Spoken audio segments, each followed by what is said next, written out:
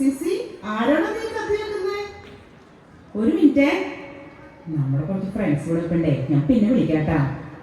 രാഗി, സിൽനറ്റെ, നിങ്ങൾ എങ്ങോട്ട് പോയതാ? നമ്മുടെ പെരുന്നാളല്ലേ, നിങ്ങൾ മാത്രം അങ്ങനെ ചെത്തിയാൽ മതിയോ? വല്യമ്മയാണെന്നോർത്ത് എനിക്ക് സുന്ദരി ആയാലെന്താ കുഴപ്പം? ഞാനും അന്ന് സുന്ദരിയാകാൻ പോയതാ.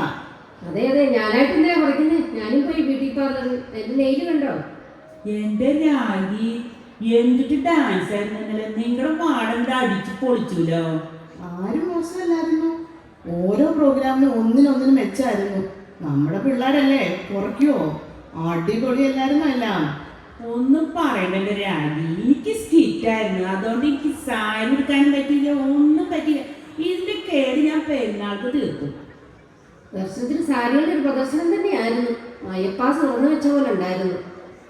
അതൊക്കെ അവിടെ നിൽക്കട്ടെ സിസി, പരിപാടിയൊക്കെ എല്ലാ വർഷത്തെയും പോലെ നല്ല സൂപ്പർ പരിപാടിയൊക്കെ ആയിരുന്നു. ഞാനതൊന്നുമല്ല ശ്രദ്ധിച്ചത്. എല്ലാവരുടെ സാരി എന്നാ അടിപൊളി സാരി, അതൊക്കെ എവിടെ നിന്ന് വാങ്ങിച്ചുകൊണ്ട് എപ്പോൾ കൊണ്ടുവരുന്നതാ.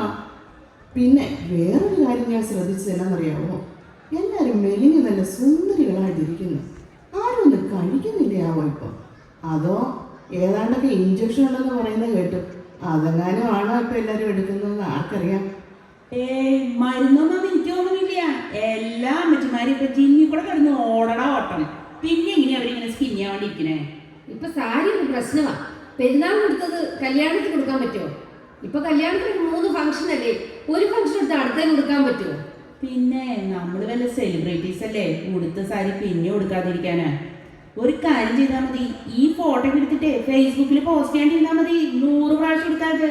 അല്ലെങ്കിൽ ഇപ്പൊ എന്താ, ടിമൂന്ന ഷീനിന്ന എവിടെന്നെങ്കിലും മേടിക്കാലോ, നിസ്സാര കാശല്ലേ ആവുള്ളൂ. ജമ്മുന്നൊക്കെ സാരി കിട്ടുമോ? ഞാൻ ബ്രാൻഡഡ് സാരി മാത്രമേ വാങ്ങാറുള്ളൂ. അതെടുത്താലേ ഒരു ലുക്ക് ഉണ്ടാവുള്ളൂ.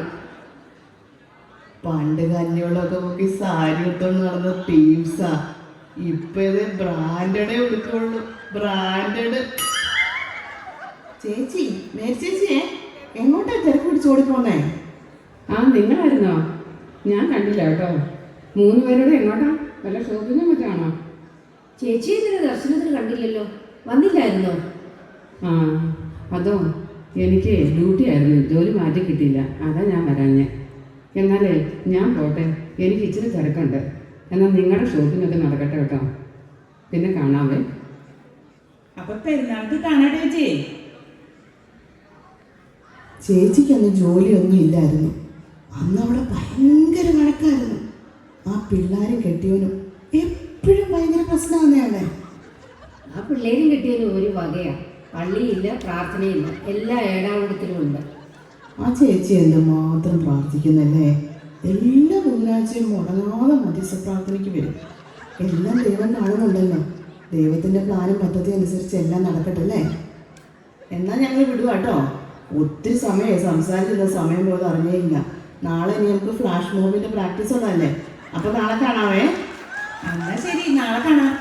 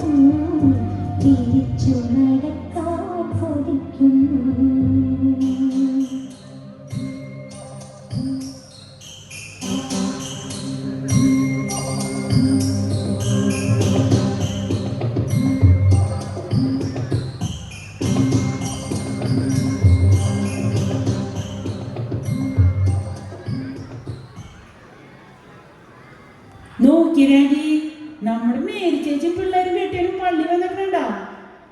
ഞാൻ അവരെ പള്ളി വെച്ച് കണ്ടായിരുന്നു സിസേ. എന്താണേലും ദൈവം അവരുടെ പ്രാർത്ഥന കേട്ടു. ദൈവത്തിന് സ്തുതി.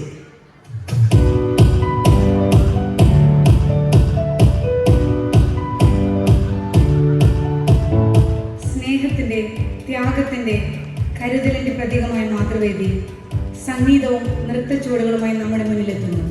നിറഞ്ഞ കൈയടികളോടെ നമുക്ക് ആസ്വദിക്കാം. അടുത്തതായി അവതരിപ്പിക്കുന്നു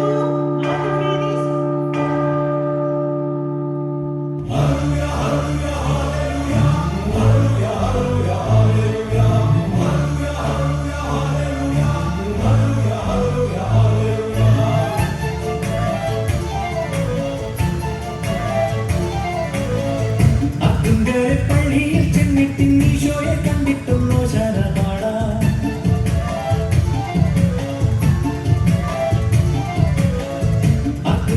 പള്ളിയിൽ ചെന്നിട്ട് ഈശോയെ കണ്ടിട്ടുള്ളോ ശരപാട.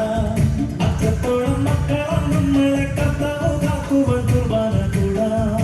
ആത്മാവിൻ വാതിൽ തുറക്കാം, അൾത്താരയ്ക്കുള്ളിൽ സ്തുതിക്കാം.